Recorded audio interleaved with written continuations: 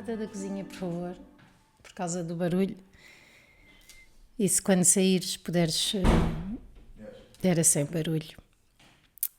Olá! Vocês também acham que eu canto mal? É uma grande luta que eu tenho com Miguel, meu namorado, Irene, minha filha, e Rita Camarneira. As minhas outras amigas estão bem com isso e dizem que eu sou incrível a cantar. Eu agora sei imitar a Capicua, por exemplo, sem sotaque. Uma casa no campo com o meu cão e o meu gato, e estamos aqui no meu regato. Hã? Sei fazer tanta coisa bem. É uma conclusão à qual eu chego um dia destes, talvez. Olhem, como é que anda o vosso suor? Isto tem um motivo a estar a perguntar isto. Todos nós já passámos por aquela cena, aquela paranoia do hoje acho que estou a cheirar mal, acho que as pessoas vão sentir que eu estou a cheirar mal, e depois ouvimos e sabemos que somos mais nós que cheiramos o nosso próprio cheiro, só que depois às vezes também cheiramos os dos outros e ficamos assim, onde é que eu estou hoje? E o que é que eu reparo? Eu acho que o suor feminino e o suor masculino têm algumas diferenças. Eu acho que o suor masculino tem ali um ácido que vai aqui para o nariz, que entra para a cana do nariz e que me queima aqui o canto dos olhos e que me faz chorar. Se houvesse um som para o suor masculino não sei que seja o suor da pessoa que mais amamos, o suor feminino é mais, sabem? É tipo, é o refogadinho, que é o cheiro a raposinho. Como acho que é aquilo que se diz na minha faminha. Faminha? Que faminha que eu tenho! E esta semana ando com um suor diferente. Ando aqui com um odor corporal e agora, pumba, Rexona corpo todo. Não, mas ando aqui com um odor corporal diferente. Ando com um odor mais masculino, que é o odor que eu associo a stress e ansiedade. Eu acabo de pôr o desodorizante. Hoje já está melhor. Houve dias em que eu tomei 2 vezes banho. Eu que dosei tão bem a minha higiene ao longo do dia para conseguir pôr o banho e o cabelo lavado na melhor hora possível para economizar água, energia e paciência. 2 dias. Fui para uma atuação, tinha tomado banho há 1 hora, há 2 horas, na atuação já estava a feder e claro que um tipo fede sempre quando está nervoso, sim, mas não é aquele feder de caraças, de quem é que está a cozinhar na cozinha e que está a usar vinagre de maçã. Como é que isto se processa? Processa-se mal. Por isso eu quero saber como é que anda o vosso suor. Eu não mudei nada.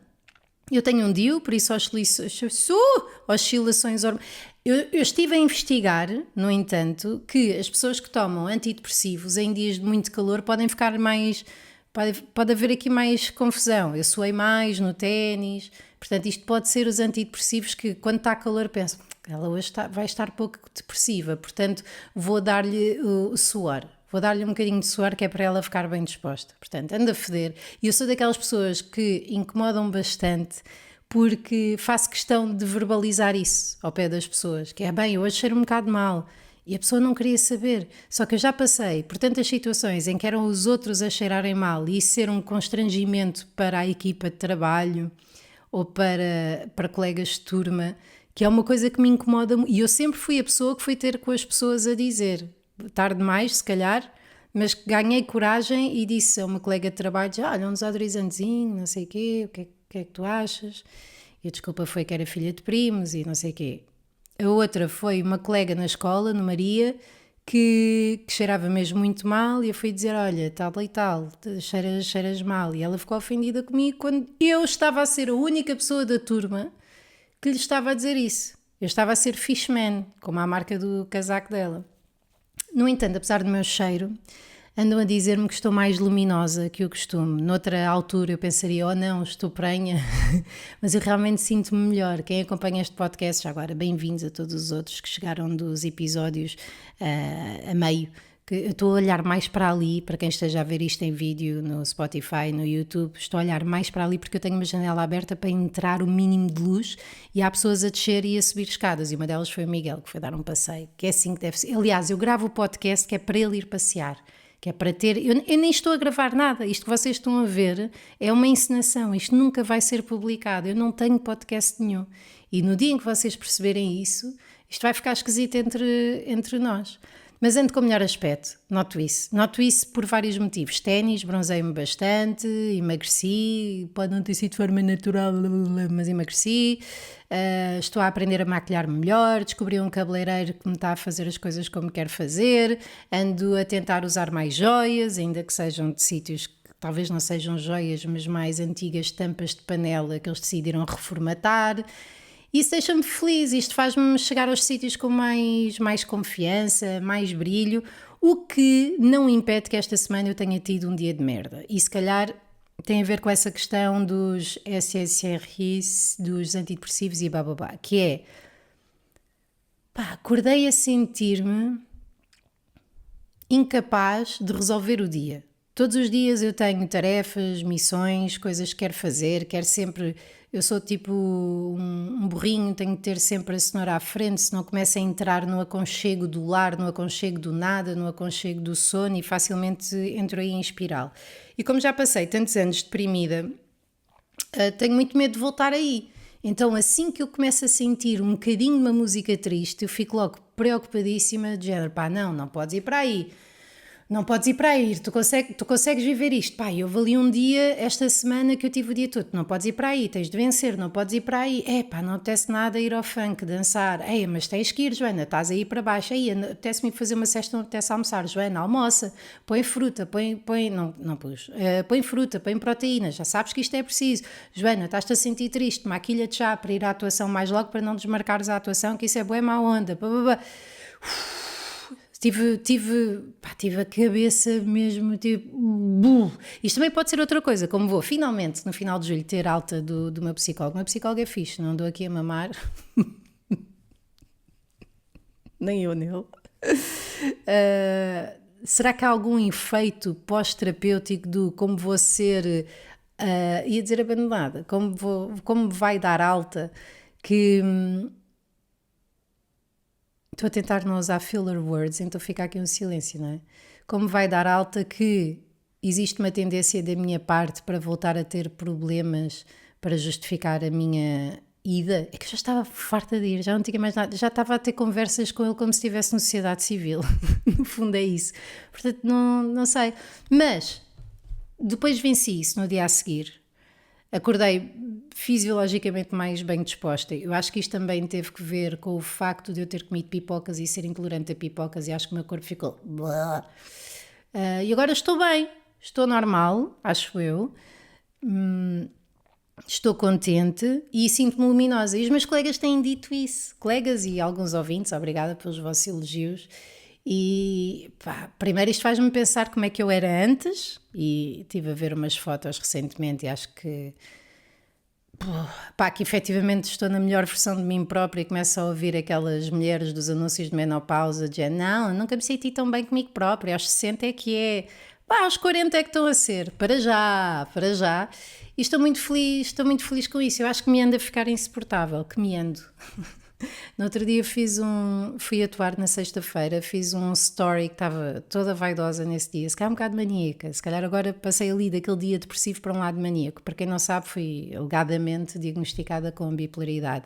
Estou medicada, faço terapia há muitos anos, aquilo que estão a ver já é uma versão muito aprimorada. Estava provavelmente maníaca, então decidi fazer um story em que me estava a mostrar gira, a brincar com isso, olha para isso deste story, estou tão gira, e no dia a seguir recebo uma mensagem de um de vocês a dizer cringe, e eu realmente olhei para aquilo e pensei, como é que eu achei isto aceitável? O que é que se pensa deste amor próprio, desta manifestação parva de amor próprio? Como é que... Cansei-me, mas se calhar estou mesmo maníaca, porque fui às compras e gastei dinheiro em coisas que... Bem, não interessa, seja como for. Fui atuar na quarta-feira ao Koala, em Benfica, muito giro, no Jardim de Benfica, muito boa onda. A atuação ao ar livre é sempre diferente, mas aquele público nunca deixou ninguém ficar mal. E depois, na sexta-feira, fui a uma das melhores noites de stand-up de Lisboa, que é quinzenal, chama-se Desatino, nos Olivais. E quando lá cheguei, estava o Duarte Pita Negrão, Miguel Sousa, o Luzindro, o João Maria, o Salvador Martinha e o Álvaro Cláudio. E quando lá cheguei, houve ali momentos, claro, de conjunto, em que houve conversas. Eu agora tenho uma cena que é, eu agora interrompo conversas, de-me a cagar. Eu odeio ficar num sítio, e não é por eu ser o centro do universo, juro que não é por aí, mas eu penso, pá, estão aqui duas pessoas a conversar, somos um grupo de 3, isto está a ser esquisito, portanto, eu vou entrar na conversa. Então, mas vão onde? Lidem, vou ser esta pessoa. Acabou, vou ser esta pessoa. Fui e pronto, a conversa foi gira para mim. Depois, o Luzindro veio ter comigo e começou a falar desta fase em que ele está e pá, eu adoro o Luzindro, acho muitas coisas sobre o Luzindro, sigam no Instagram, ele é mesmo muito talentoso e um amor, e começou a falar comigo abertamente sobre a vida dele, e depois mais tarde o Miguel Sousa também, o Duarte Pittengrão também me confidenciou ali algumas coisas, aí foi mais a pedido, e eu fico tão feliz por haver esta maturidade no meio da comédia, pelo menos aquela à qual eu tenho acesso, em que já nos vulnerabilizamos uns com os outros e não necessariamente estamos só naquela coisa pató de estar a dizer piadas e a gozar com toda a gente, pá, que é a minha parte preferida. Mas é muito giro ver que com o passar do tempo e à medida que vamos envelhecendo, que vamos conseguindo misturar a nossa persona comediante para a persona pessoa, e que as relações que vamos tendo uns com os outros, o ego se vai desvanecendo e que vamos conseguindo ter conversas mais interessantes. Estou a tentar não pôr aquelas palavras. E há sempre uma parte de mim, quando ouve as pessoas a desabafarem comigo, fica bem contente a pensar, esta pessoa acha que é fixe desabafar comigo, se isto é egocêntrico. Mas pá, fico super... Isto põe-me a pensar no qual é o meu papel quando alguém está a desabafar comigo. Depende da pessoa, não é? Eu quero não ser a pessoa que dá conselhos, desnecessariamente, porque as pessoas às vezes só querem conversar e isto não é sobre nós. Também não quero ser a pessoa que julga, que a pessoa está a desabafar e estou a dizer, epá, isso é horrível, epá, não sei se... Mas também não quero ser a pessoa só que está a ouvir, aquele psicólogo que não se compromete, que é... depende da pessoa, depende da relação que nós tenhamos, não é? Eu apercebi-me que eu raramente desabafo. Desabafo com o Miguel, tento desabafar com a Irene, mas às vezes, sempre, ouço, mas o que é que eu tenho a ver com isso? Mas eu gostava de desabafar mais com... Se calhar agora, por deixar de ir ao psicólogo, vou começar a ter necessidade de desabafar com as pessoas. Se calhar eu gastava a minha conversa emocional na consulta, apesar de só ir quinzenalmente, e agora vou ter de fazer panela de pressão para outras pessoas. Vai ser interessante. Até porque tenho saudades dos meus amigos e se calhar isso seria uma motivação extra para combinar coisas. Olha, preciso de falar com alguém, preciso não sei o quê. Mesmo a conversa com os meus amigos nesse dia... colegas barra amigos, foi pá, porque que queremos tanto companhia e acabamos por escolher não a ter nisto do meio, no dia a dia do nosso trabalho. É interessante. Relativamente à vulnerabilização, depois eu acho que agora começo a olhar para trás, foi um comportamento um bocado bizarro. Foi lá um pai e uma filha ver a atuação, por acaso eu não reparei, costumo brincar com isso porque nem sempre as atuações são, como devem imaginar, adaptadas à idade de crianças. Neste caso é uma criança com 14, eu com 14 ou amigos, e ele no final veio dizer, olha, eu e a minha filha gostámos muito do espetáculo, e ele olhou para a filha e disse, gostaste, não foi, filha? Se me tiver enganado, diz. Eu reconheci aquele olhar do pai para a filha, que é um olhar que eu também tenho para a minha filha, que é, já fui tão posta no sítio relativamente ao que posso ou não posso dizer publicamente sobre ela, que eu até já tenho medo de falar, que não é, filha? Eu também não quero estar aqui, não é? Eu não percebi, ele disse, pronto, agora temos umas noites que somos mais nós os dois, não sei, e eu presumi que eles estavam divorciados, ou que o pai se tinha divorciado da mãe. Então comecei a falar da minha experiência de quando passava noites só com o meu pai, dizia, o meu pai, quando nos divorciámos, ficou, não é, com uma filha, quando era de 15 a 15 dias e às sextas, não sabia o que é que haveria de fazer comigo, porque sou rapariga, e então passávamos todas as sextas, o dia inteiro, desde as 4 da tarde até 1 da manhã a jogar bowling, e até tenho uma tatuagem de uns pins nas costelas. Foi das melhores memórias que tive com o meu pai. E eu reparei que o senhor estava interrompendo e dizia, há quanto tempo é que estás sem o teu pai? Não, ele existe, não temos grande conexão diária e profunda.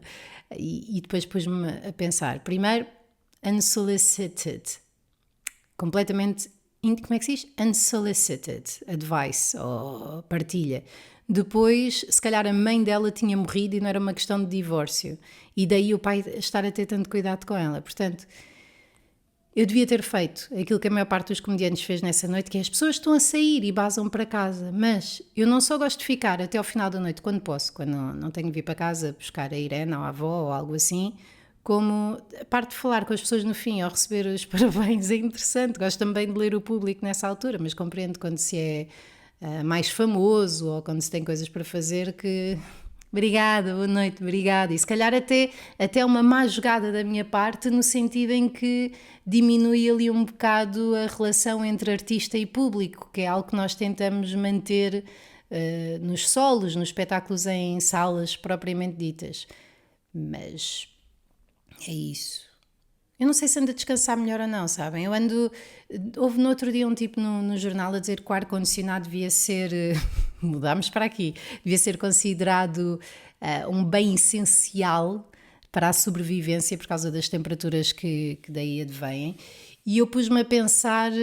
e porquê? Porque as pessoas que não descansarem bem ficam mal da cabeça, não têm capacidade para lidar com máquinas, para conduzir, porque acho que são essas as máquinas, para além das fabris, que se referem.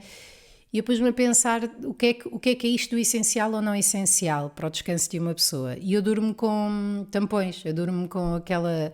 Já vos deve ter ido parar aí ao vosso telefone, aquela publicidade aos Loop, aos tampões muito lindos, que deixaram de ser aquela fanfa que parecia um bocado de esponja que se comprava nas farmácias e que depois vinha sempre com macaquinhos atrás dos ouvidos, disseram-me.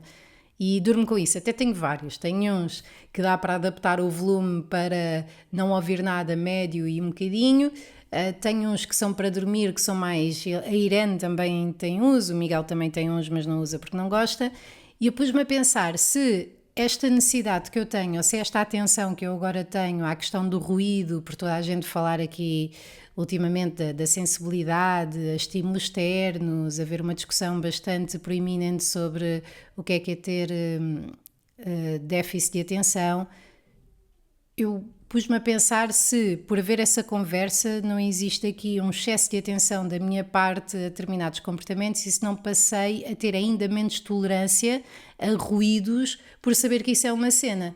Então, se eu andar sempre com fones, que é uma vontade que tenho, porque quando existe mais do que um ruído, ruído de futebol na televisão, mais alguém com um telemóvel, ou alguém com um telemóvel, ou alguém a dar música, que são coisas que não fui eu a decidir, eu fico extremamente incomodada e oponho ou quero muito pôr fones e sinto cada vez mais a necessidade disso.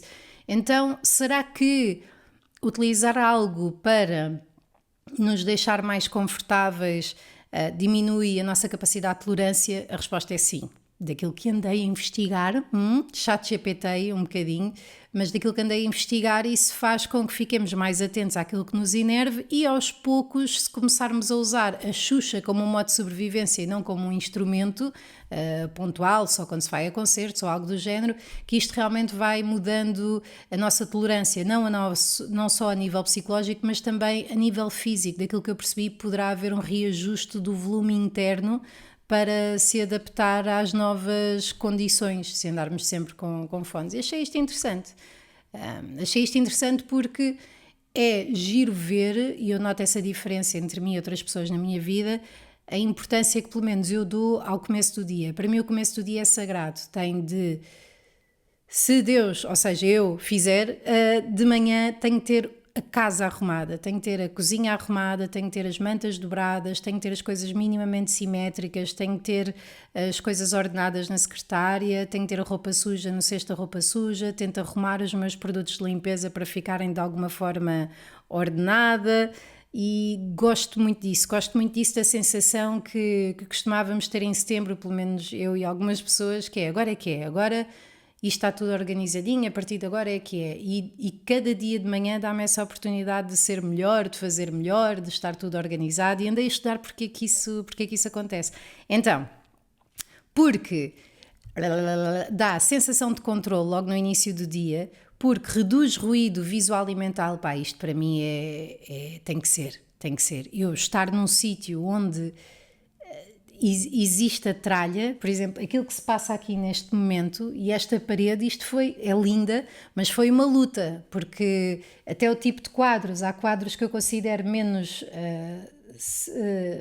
fluidos e happy, isso eu acho que me afeta, e então tralha e desarrumação, e eu tenho feito um trabalho muito grande de relativização e de compartimentalização para não me deixar afetar. O ruído visual para mim é caraças. Ok, se fechar o armário estou mais ou menos ok com isso, mas um dia abre e vai ter que ser. Mas eu preciso mesmo de não haver trampa em casa. Eu sou o contrário de um hoarder. Aliás, eu às vezes passo-me, deito coisas fora que não devia ter deitado e às vezes até as compro outra vez. Se calhar é ser só parva. Depois, para mim é uma dopamina, porque está feita, é uma tarefa que está feita, então dá-me também uma autoestima temporária de os objetivos aos quais eu me proponho, eu consigo concretizá-los e já comecei o dia a vencer, se é que isto faz sentido. E também é uma forma de, eu acho que vos falei no podcast anterior, um livro que eu ainda não li mais desde aí, que é o The Art of, The War of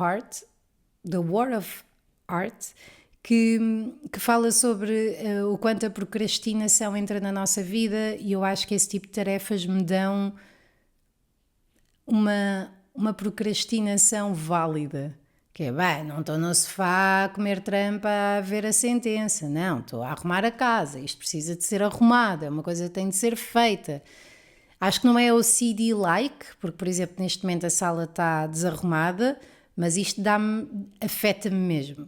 Eu acho que deve afetar toda a gente. Eu não percebo se há ou não efetivamente uma diferença. Não, eu acho que não. Entre géneros, relativamente. Não há. Mas nem sempre tenho sorte. Mais coisas nisto sobre rotinas, previsibilidade, controlo. O que é que aconteceu? Estive a ver o documentário, espero que me consigam ouvir, do Nadal. Já viram o documentário do Nadal na Netflix? Fuck, aquilo põe-nos no sítio relativamente ao que é esforço, taxa de esforço versus sucesso, não é? E até que ponto é que estamos dispostos a abdicar ou a focar-nos numa só coisa para conseguirmos alcançar aquilo que queremos, se é que aquilo que queremos depende de esforço.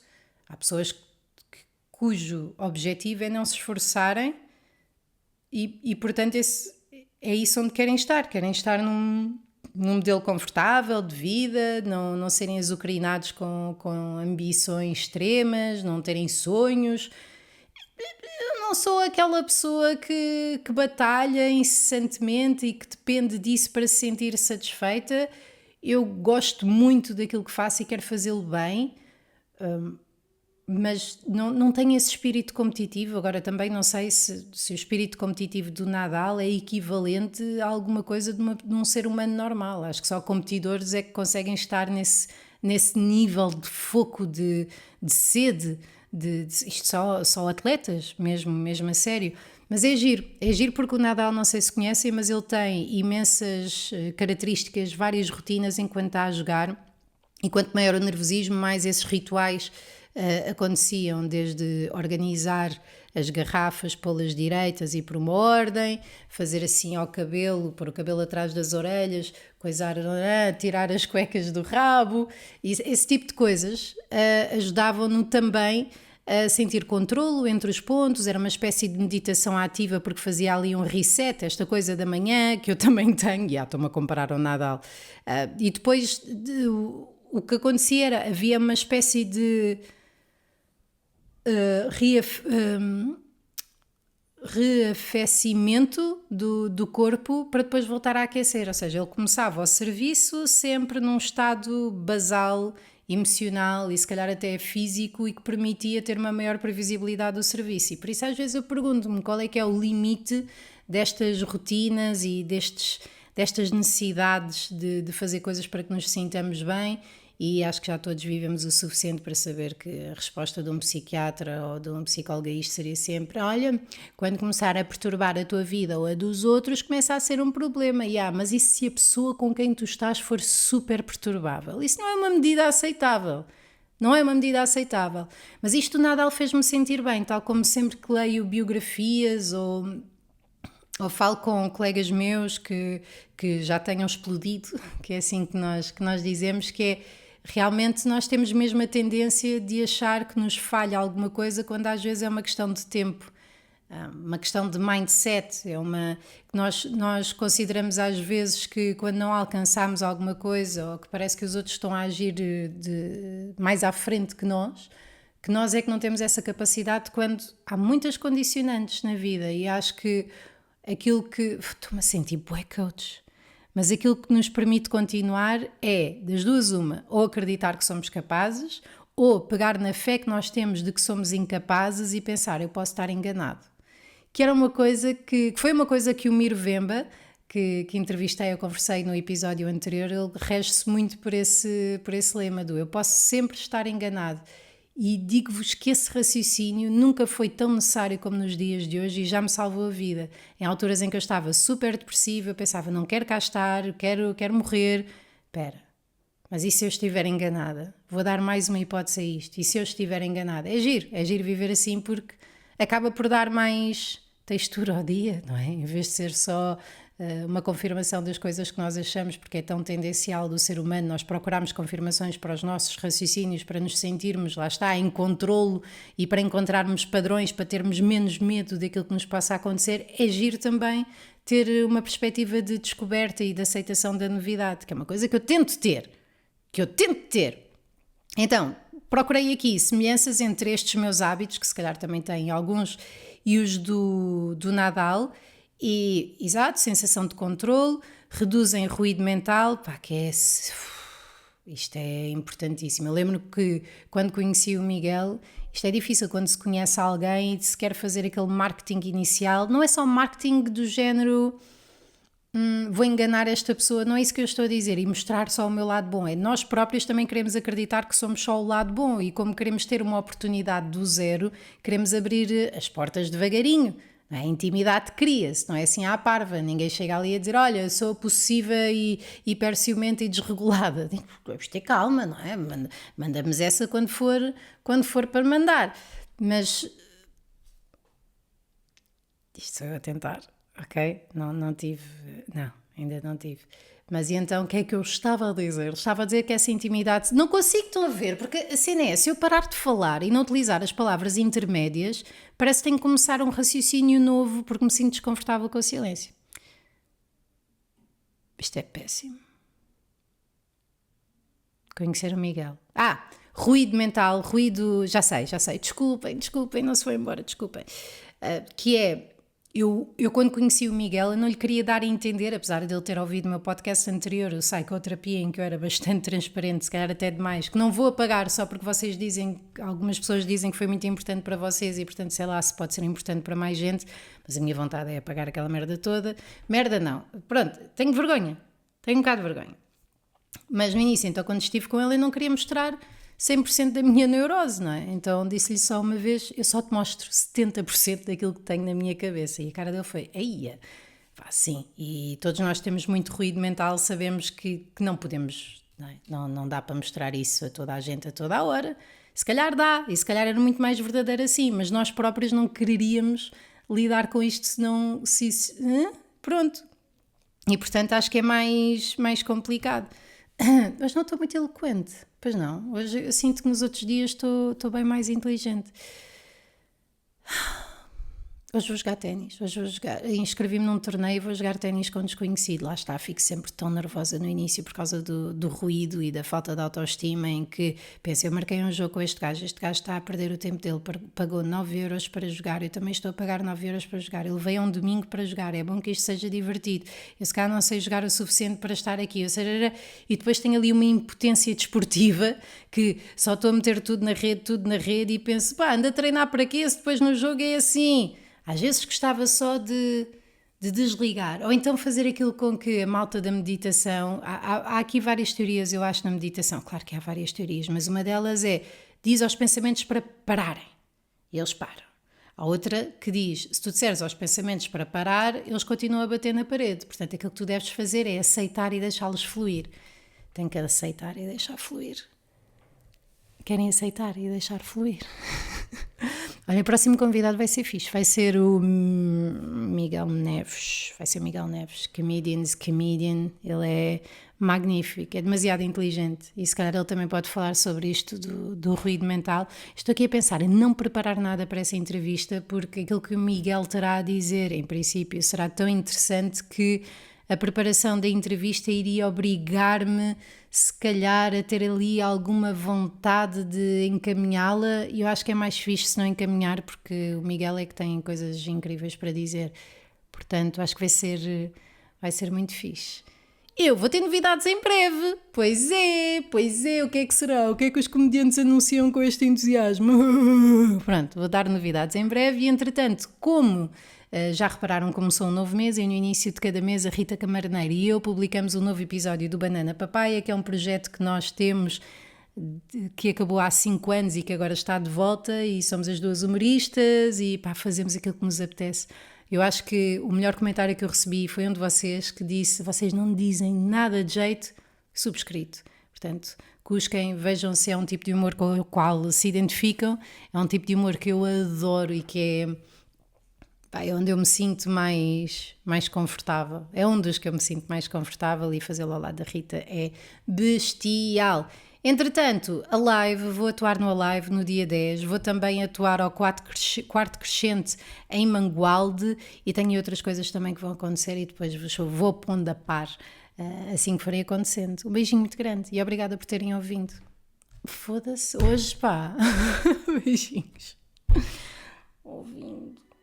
Que é um ouvinte Kinder. São os ouvintes da rádio. Às vezes ponho-me a pensar se devia regravar isto tudo, já pensado e mastigado, mas não vou. Esta relação tem de ser autêntica, não é? Portanto, já estou a passar por cima do jingle e isto está só a ser par.